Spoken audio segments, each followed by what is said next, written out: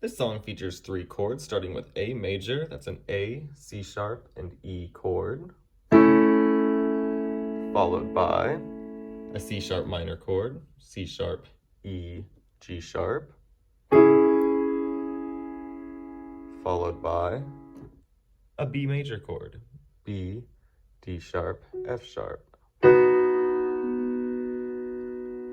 In one hand, starting on A, each chord gets one measure, except for the last one gets two.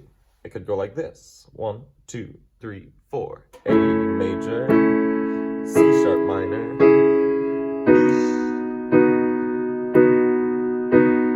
A major, C sharp minor, B for two measures.